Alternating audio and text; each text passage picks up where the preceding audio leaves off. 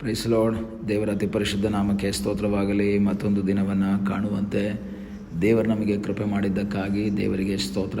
ಆತನು ಮಾಡಿದ ಎಲ್ಲ ಉಪಕಾರಗಳಿಗಾಗಿ, ಆಶೀರ್ವಾದಗಳಿಗಾಗಿ ದೇವರಿಗೆ ಸ್ತೋತ್ರವನ್ನು, ಮಹಿಮೆಯನ್ನು ಸಲ್ಲಿಸ್ತೇನೆ. ಇಂದಿನ ವೇದ ಅಧ್ಯಯನಕ್ಕಾಗಿ ಒಂದು ವಾಕ್ಯವನ್ನು ಓದಿಕೊಳ್ಳೋಣ. ಮಾರ್ಕನ ಸುವಾರ್ತೆ 8ನೇ ಅಧ್ಯಾಯ 2ನೇ ವಾಕ್ಯ. ಯೇಸು ತನ್ನ ಶಿಷ್ಯರನ್ನು ಹತ್ತಿರಕ್ಕೆ ಕರೆದು, ಈ ಜನರನ್ನು ನೋಡಿ ಕನಿಕರ ಪಡುತ್ತೇನೆ. ಯೇಸು ಸ್ವಾಮಿ ಈ ಭೂಮಿಗೆ ಬಂದದ್ದು ಸುವಾರ್ತೆಯನ್ನು ಸಾರಿ ಅಥವಾ ರಕ್ಷಣೆಯ ಸಂದೇಶವನ್ನು ಸಾರಿ ದೇವರ ಕಡೆಗೆ ಜನರನ್ನು ನಡೆಸುವುದಕ್ಕಾಗಿ.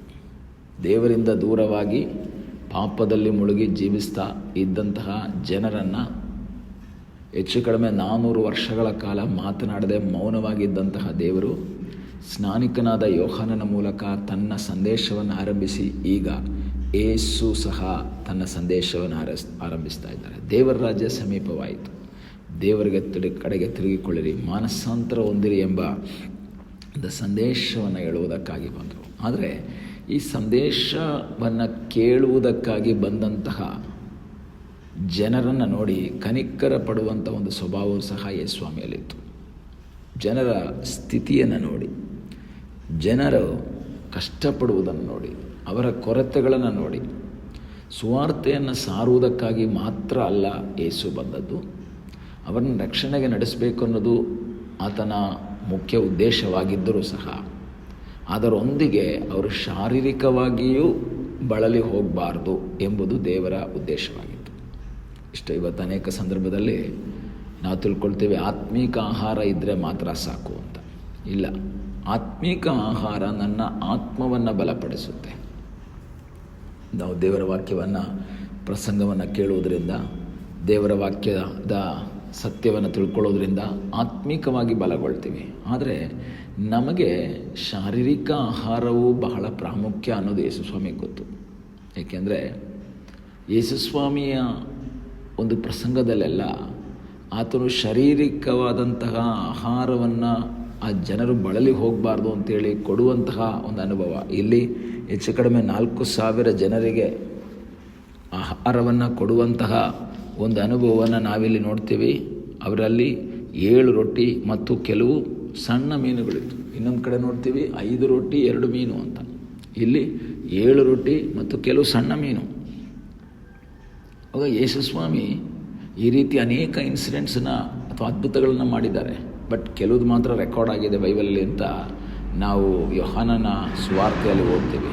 ಕೆಲವುದು ಮಾತ್ರ ರೆಕಾರ್ಡ್ ಆಗಿದೆ. ಇಲ್ಲಿ ಯೇಸುಸ್ವಾಮಿ ಜನರನ್ನು ನೋಡಿ ಶಿಷ್ಯರಿಗೆ ಹೇಳ್ತಾ ಇದ್ದಾರೆ, ನಾನು ಅವ್ರನ್ನ ನೋಡಿ ಕನಿಕರ ಪಡ್ತಾ ಇದ್ದೀನಿ. ಯಾಕೆಂದರೆ ನಿರಂತರವಾಗಿ ಕೂತು 3 ದಿವಸ ಆಯಿತು ನನ್ನ ಹತ್ರ ಬಂದು, ಎಲ್ಲೂ ತಿರುಗದೆ, ಯಾವ ಕಡೆಗೂ ಹೋಗದೆ ಅಲ್ಲೇ ಕೂತ್ಕೊಂಡು ವಾಕ್ಯ ಕೇಳ್ತಾರೆ. ಇವತ್ತು ನಾವು ಗಮನಿಸಿರೋದೇನು ಅಂದರೆ, ಆರಾಧನೆ ಒಂದು ವೇಳೆ ಭಾನುವಾರದ ಆರಾಧನೆ 2 ಅವರೋ 2.5 ಅವರೋ ಅಥವಾ 1.5 ಅವರೋ ಇರುತ್ತೆ ಅಷ್ಟೇ. ಅದರಲ್ಲೇ 4 ಸರಿ ಎದ್ದು ಹೋಗಿರ್ತಾರೆ ಹೊರಗಡೆ. ಕಾಲ್ ಬಂತು ಅಂತನೋ, ಇಲ್ಲ ವಾಶ್ರೂಮ್ಗೆ ಹೋಗಬೇಕು ಅಂತನೋ, ಏನೋ ಸುಮ್ಮನೆ ಹೊರಗಡೆ ಹೋಗಿ ಕೂತು ಸೋತೋಗ್ಬಿಡ್ತಾರೆ. ಕೂತು ಬೇಸರ ಆಗಿಬಿಡುತ್ತೆ ಇವತ್ತಿನ ಒಂದು ವಿಶ್ವಾಸಿಗಳಿಗೆ. ಆದರೆ ಅವತ್ತು ನೋಡಿ 3 ದಿವಸ ಕೂತಿದ್ದಾರೆ. ಇವತ್ತು 3 ತಾಸು ಕೂರಲ್ಲ ಜನ ವಾಕ್ಯ ಕೇಳೋಕ್ಕೆ. ಯೇಸು ಯಾಕೆ ನಮ್ಮನ್ನು ನೋಡಿ ಕನಿಕರ ಪಡ್ತಾ ಇಲ್ಲ? ಯಾಕೆ ನಮ್ಮ ಅವಶ್ಯಕತೆಗಳಿಗೆ ಸ್ಪಂದಿಸೋಕ್ಕೆ ಯೇಸು ಬಯಸ್ತಾ ಇಲ್ಲ? ನಾವು ದೇವರ ಹತ್ರ ಸಮಯ ಕಳೆಯೋಕ್ಕೆ ಇಷ್ಟಪಡ್ತಾ ಇಲ್ಲ.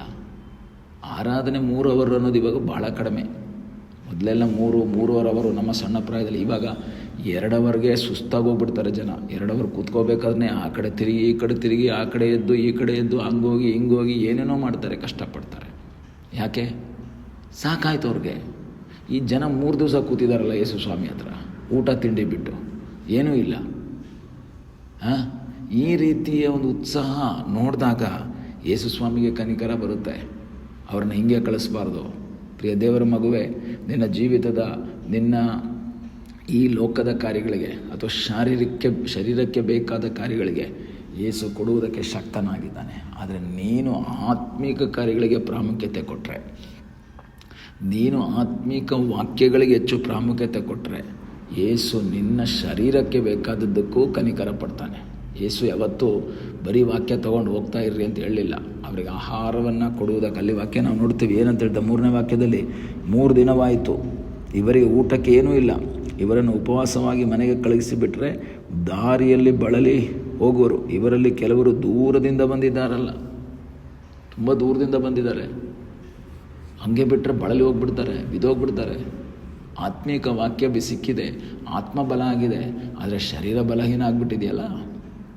ಆತ್ಮದ ಬಲದಿಂದ ಮಾತ್ರ ಆಗಲ್ವೇ? ಪ್ರಿಯ ದೇವರ ಮಗುವೆ, ನಿನ್ನ ಜೀವಿತದಲ್ಲಿ ನಿನಗೆ ಬೇಕಾದ್ದೆಲ್ಲ ಕೊಡುವುದಕ್ಕೆ ದೇವರ ಶಕ್ತನು. ಆದರೆ ನೀನು ದೇವರ ಸನ್ನಿಧಾನದಲ್ಲಿ ಸಮಯ ಕಳೀತೀಯ. ನೀನು ದೇವರ ಸನ್ನಿಧಾನದಲ್ಲಿ ಹೆಚ್ಚು ಸಮಯ ಕಳೆಯೋದಕ್ಕೆ ಇಷ್ಟಪಡೋದಾದರೆ ನಿನಗಾಗಿ ಸಹಾಯ ಮಾಡುವ ಒಬ್ಬ ದೇವರಿದ್ದಾನೆ. ನಿನ್ನ ಕೊರತೆಗಳನ್ನು ನೀಗಿಸುವಂಥ ದೇವರಿದ್ದಾನೆ. ನಿನ್ನ ಶರೀರಕ್ಕೆ ಬೇಕಾದದ್ದು ಅಥವಾ ಈ ಲೋಕಕ್ಕೆ ನಿನ್ನ ಜೀವಿತಕ್ಕೆ ಬೇಕಾದ್ದೆಲ್ಲವನ್ನು ಕೊಡುವುದಕ್ಕೆ ಆತನು ಶಕ್ತನಾಗಿದ್ದಾನೆ. ಆದರೆ ಮೊದಲು ನೀನು ಯೇಸುವಿಗೆ ಸ್ಥಾನ ಕೊಡು, ಮೊದಲು ವಾಕ್ಯಕ್ಕೆ ಹೆಚ್ಚು ಸಮಯ ಕೊಡು, ಮೊದಲು ದೇವರ ಚಿತ್ತಕ್ಕೆ ನೀನು ವಿಧೇಯನಾಗುವಾಗ ನಿನಗಾಗಿ ಅದ್ಭುತವನ್ನು ಮಾಡುವ ದೇವರು, ನಿನ್ನನ್ನು ನೋಡಿ ಕನಿಕರಪಟ್ಟು ಸಹಾಯ ಮಾಡುವ ಒಬ್ಬ ದೇವರಿದ್ದಾನೆ. ಕಣ್ಣುಗಳನ್ನ ಮುಚ್ಚೋಣ.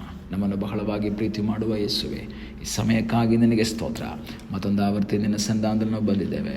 ನಿನ್ನ ಕೃಪೆಯಲ್ಲಿ ನಮ್ಮನ್ನೇ ನಡೆಸ್ತಾ ಇರುವುದಕ್ಕಾಗಿ ಸ್ತೋತ್ರ. ಅಪ್ಪ, ನಾವು ಆತ್ಮೀಕವಾಗಿ ಹೆಚ್ಚು ಬಲಶಾಲಿಯಾಗಿ ನಿನಗಾಗಿ ಜೀವಿಸುವ ಹಾಗೆ ಕರ್ತನೆ ನೀ ನಮಗೆ ಕೃಪೆ ಮಾಡು ಎಂಬುದಾಗಿ ನಾವು ಪ್ರಾರ್ಥಿಸ್ತೇವೆ. ಪ್ರಾರ್ಥನೆಯನ್ನು ಕೇಳಿದ್ದಕ್ಕಾಗಿ ನಿನಗೆ ಸ್ತೋತ್ರ. ನಿನ್ನ ಚಿತ್ತದ ಮೇರೆಗೆ ಮುಂದೆ ಸಾಗುವಂತೆ ನಮಗೆ ಸಹಾಯ ಮಾಡು. ಯೇಸುವಿನ ಮುದ್ದಾದ ಹೆಸರಿನಲ್ಲಿ ಬೇಡಿಕೊಳ್ಳುತ್ತೇವೆ ನಮ್ಮ ಪ್ರೀತಿಯ ತಂದೆಯೇ. ಆಮೇನ್. God bless you.